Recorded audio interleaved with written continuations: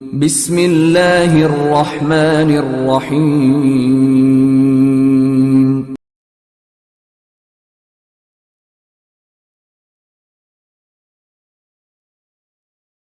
ہرقل شاہ روم نے قریش کے قافلے میں ایک آدمی بلانے کو بھیجا، اور اس وقت یہ لوگ تجارت کے لیے ملک شام گئے ہوئے تھے، اور یہ وہ زمانہ تھا جب رسول اللہ صلی اللہ علیہ وسلم نے قریش اور ابو سفیان سے ایک وقتی عہد کیا ہوا تھا۔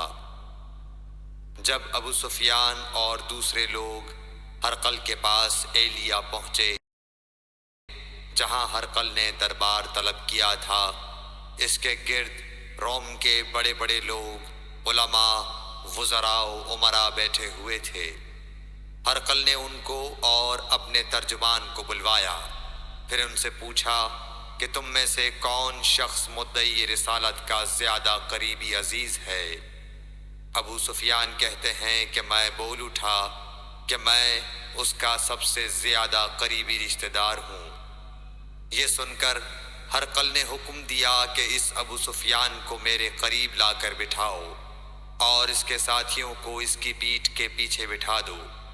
پھر اپنے ترجمان سے کہا کہ ان لوگوں سے کہہ دو کہ میں ابو سفیان سے اس شخص یعنی محمد صلی اللہ علیہ وسلم کے حالات پوچھتا ہوں۔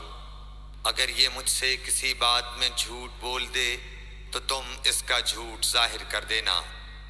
ابو سفیان کا قول ہے کہ خدا کی قسم، اگر مجھے یہ غیرت نہ آتی کہ یہ لوگ مجھ کو جھٹلائیں گے تو میں آپ صلی اللہ علیہ وسلم کی نسبت ضرور غلط گوئی سے کام لیتا۔ خیر، پہلی بات جو ہرقل نے مجھ سے پوچھی وہ یہ کہ اس شخص کا خاندان تم لوگوں میں کیسا ہے؟ میں نے کہا وہ تو بڑے اونچے عالی نسب والے ہیں۔ کہنے لگا اس سے پہلے بھی کسی نے تم لوگوں میں ایسی بات کہی تھی؟ میں نے کہا نہیں۔ کہنے لگا اچھا اس کے بڑوں میں کوئی بادشاہ ہوا ہے؟ میں نے کہا نہیں۔ پھر اس نے کہا بڑے لوگوں نے اس کی پیروی اختیار کی ہے یا کمزوروں نے؟ میں نے کہا نہیں، کمزوروں نے۔ پھر کہنے لگا اس کے تابعدار روز بڑھتے جاتے ہیں یا کوئی ساتھی پھر بھی جاتا ہے؟ میں نے کہا نہیں۔ کہنے لگا کیا اپنے اس دعوی نبوت سے پہلے کبھی کسی بھی موقع پر اس نے جھوٹ بولا ہے؟ میں نے کہا نہیں، اور اب ہماری اس سے صلح کی ایک مقررہ مدت ٹھہری ہوئی ہے، معلوم نہیں وہ اس میں کیا کرنے والا ہے۔ ابو سفیان کہتے ہیں میں اس بات کے سوا اور کوئی جھوٹ اس گفتگو میں شامل نہ کر سکا۔ ہرقل نے کہا کیا تمہاری اس سے کبھی لڑائی بھی ہوئی ہے؟ ہم نے کہا کہ ہاں۔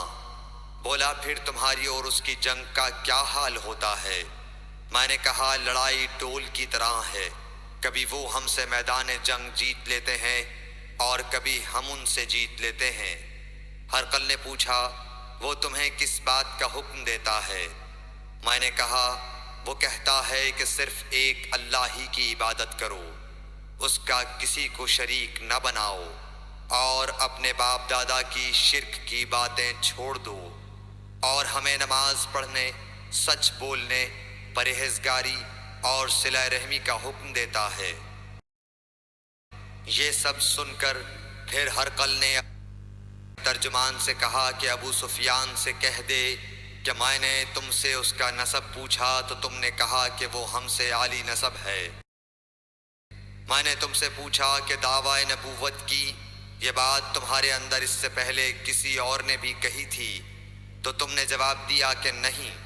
تب میں نے اپنے دل میں کہا کہ اگر یہ بات اس سے پہلے کسی اور نے کہی ہوتی تو میں سمجھتا کہ اس شخص نے بھی اسی بات کی تقلید کی ہے جو پہلے کہی جا چکی ہے۔ میں نے تم سے پوچھا کہ اس کے بڑوں میں کوئی بادشاہ بھی گزرا ہے؟ تو تم نے کہا کہ نہیں۔ تو میں نے دل میں کہا کہ ان کے بزرگوں میں سے کوئی بادشاہ ہوا ہوگا تو کہہ دوں گا کہ وہ شخص اس بہانے اپنے آباء و اجداد کی بادشاہت اور ان کا ملک دوبارہ حاصل کرنا چاہتا ہے۔ اور میں نے تم سے پوچھا کہ اس بات کے کہنے یعنی پیغمبری کا دعویٰ کرنے سے پہلے تم نے کبھی اس کو دروغ گوئی کا الزام لگایا ہے؟ تم نے کہا کہ نہیں۔ تو میں نے سمجھ لیا کہ جو شخص آدمیوں کے ساتھ دروغ گوئی سے بچے وہ اللہ کے بارے میں کیسے جھوٹی بات کہہ سکتا ہے۔ اور میں نے تم سے پوچھا کہ بڑے لوگ اس کے پیرو ہوتے ہیں یا کمزور آدمی؟ تم نے کہا کمزوروں نے اس کی اتباع کی ہے۔ تو دراصل یہی لوگ پیغمبروں کے متبعین ہوتے ہیں۔ اور میں نے تم سے پوچھا کہ اس کے ساتھی بڑھ رہے ہیں یا کم ہو رہے ہیں؟ تم نے کہا کہ وہ بڑھ رہے ہیں، اور ایمان کی کیفیت یہی ہوتی ہے حتیٰ کہ وہ کامل ہو جاتا ہے۔ اور میں نے تم سے پوچھا کہ آیا کوئی شخص اس کے دین سے ناخوش ہو کر مرتد بھی ہو جاتا ہے؟ تم نے کہا نہیں۔ تو ایمان کی خاصیت بھی یہی ہے، جن کے دلوں میں اس کی مسرت رچ بس جائے وہ اس سے لوٹا نہیں کرتے۔ اور میں نے تم سے پوچھا کہ آیا وہ کبھی عہد شکنی کرتے ہیں؟ تم نے کہا نہیں۔ پیغمبروں کا یہی حال ہوتا ہے، وہ عہد کی خلاف ورزی نہیں کرتے۔ اور میں نے تم سے کہا کہ وہ تم سے کس چیز کے لیے کہتے ہیں؟ تم نے کہا کہ وہ ہمیں حکم دیتے ہیں کہ اللہ کی عبادت کرو، اس کے ساتھ کسی کو شریک نہ ٹھہراؤ، اور تمہیں بتوں کی پرستش سے روکتے ہیں، سچ بولنے اور پرہیزگاری کا حکم دیتے ہیں۔ لہٰذا اگر یہ باتیں جو تم کہہ رہے ہو سچ ہیں تو ان قریب وہ اس جگہ کا مالک ہو جائے گا کہ جہاں میرے یہ دونوں پاؤں ہیں۔ مجھے معلوم تھا کہ وہ پیغمبر آنے والا ہے، مگر مجھے یہ معلوم نہیں تھا کہ وہ تمہارے اندر ہوگا۔ اگر میں جانتا کہ اس تک پہنچ سکوں گا تو اس سے ملنے کے لیے ہر تکلیف گوارا کرتا۔ اگر میں اس کے پاس ہوتا تو اس کے پاؤں دھوتا۔ ہرقل نے رسول اللہ صلی اللہ علیہ وسلم کا وہ خط منگایا جو آپ نے وحیہ کلبی رضی اللہ تعالیٰ عنہ کے ذریعے حاکم بصرہ کے پاس بھیجا تھا، اور اس نے وہ ہرقل کے پاس بھیج دیا تھا۔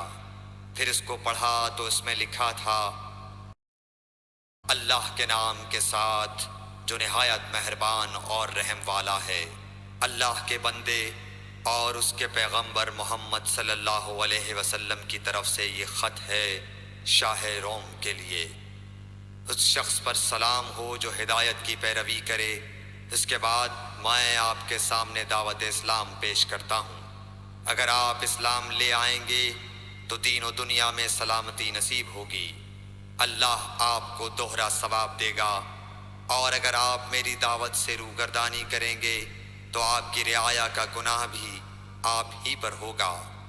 اور اے اہل کتاب، ایک ایسی بات پر آ جاؤ جو ہمارے اور تمہارے درمیان یکساں ہے، وہ یہ کہ ہم اللہ کے سوا کسی کی عبادت نہ کریں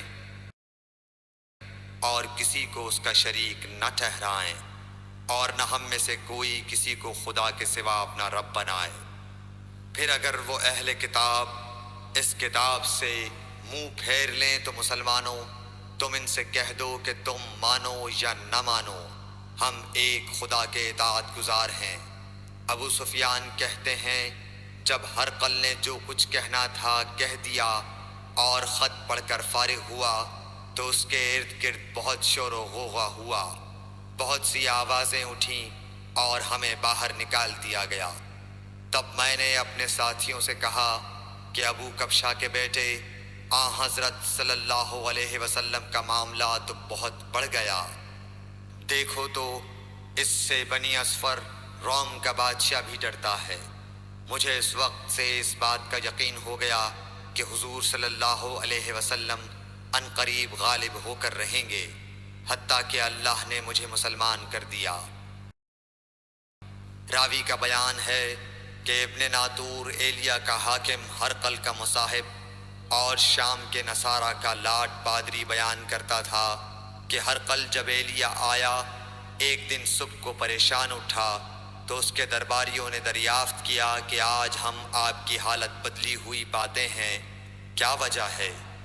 ابن ناطور کا بیان ہے کہ ہرقل نجومی تھا، علم نجوم میں وہ پوری مہارت رکھتا تھا۔ اس نے اپنے ہم نشینوں کو بتایا کہ میں نے آج رات ستاروں پر نظر ڈالی تو دیکھا کہ ختنہ کرنے والوں کا بادشاہ ہمارے ملک پر غالب آ گیا ہے۔ بھلا اس زمانے میں کون لوگ ختنہ کرتے ہیں؟